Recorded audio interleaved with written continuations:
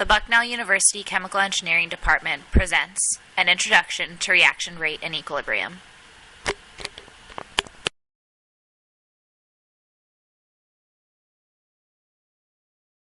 difference between chemical equilibrium and reaction rate and the factors which affect them are sometimes confusing. To clear some things up, we'll be comparing a system to connected fish tanks. Tank 1 represents the reactant side of a chemical equation. Tank 2 represents the product side of the equation. As the reaction goes on, reactants are converted to products. In our metaphor, fish will represent the chemical reagents used. When a reaction is at equilibrium, the rate of formation of reactants and products is equal.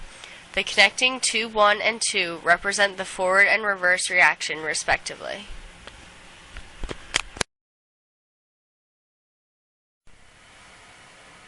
Now that we have established our system, we can explore our base reaction. Under normal conditions, the reaction has an equilibrium state of equal products and reactants. Once the reaction has equal products and reactants, it has reached equilibrium, and the reaction continues equally in both directions.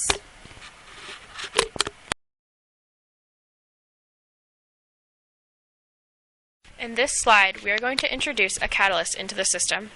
A catalyst is a method of changing the rate of the reaction by giving an alternate pathway for the reaction to proceed. In the first series of animations, two of the fish swim to the other side at the normal rate. The catalyst is represented as food in this example, which once introduced into the system makes the fish swim faster to the other side. Since the catalyst remains unchanged during the reaction, the food is still present at the end. The tank still reaches equilibrium, but the fish are swimming between the tanks at a faster rate than before. Even when a system is allowed to reach equilibrium, we can change factors which shift the equilibrium. An example of this is when we add two more fish to the product side. This pushes the reaction back towards the reactants, and once equilibrium is reached, each side has gone from 3 to 4 fish.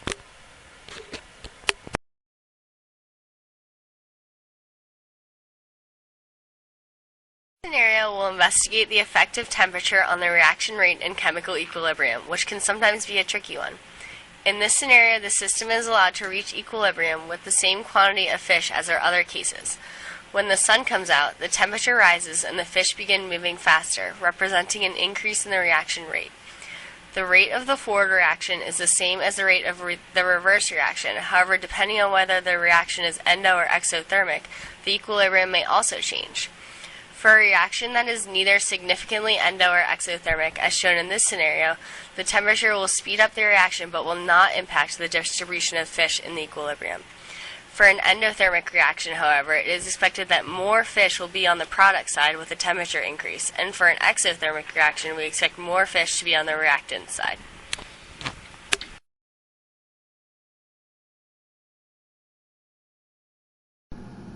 Here we'll examine the effect of surface area on the rate of a reaction. Increasing the surface area of the reactants increases the rate of the reaction, as it exposes more of the reactants to each other at one time. This is represented here by simply adding more tubes to connected fish tanks. More tubes allow more fish to swim through to the other side at one time, just as more surface area allows more of the reactants to interact. Equilibrium can then be established. The basic idea is that an increase in surface area allows the reaction to proceed more efficiently, allowing more stuff to interact at once instead of having a considerable amount of reactant out of touch with each other. This translates to the fish in that if there's more space for the fish to swim through at the other side, they will be able to do so in a quicker fashion. This idea can also be represented by having smaller fish with the same amount of tubes. Smaller fish means they take up less space, meaning more can fit in the larger existing tubes at once. This follows the same trend as more fish are capable of traveling at once, just as more reactants will be capable of reacting at once.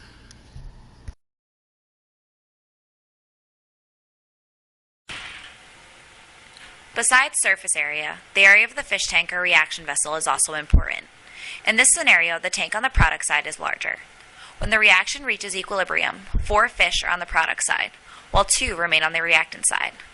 The concentrations of reactant and product fish are still the same.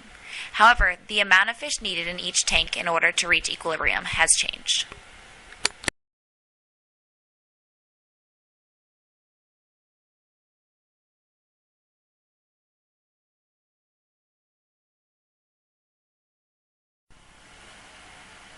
In conclusion, factors that affect reaction rate are temperature, catalyst, more tubes, smaller fish. And factors that affect equilibrium are temperature, concentration, and tank size.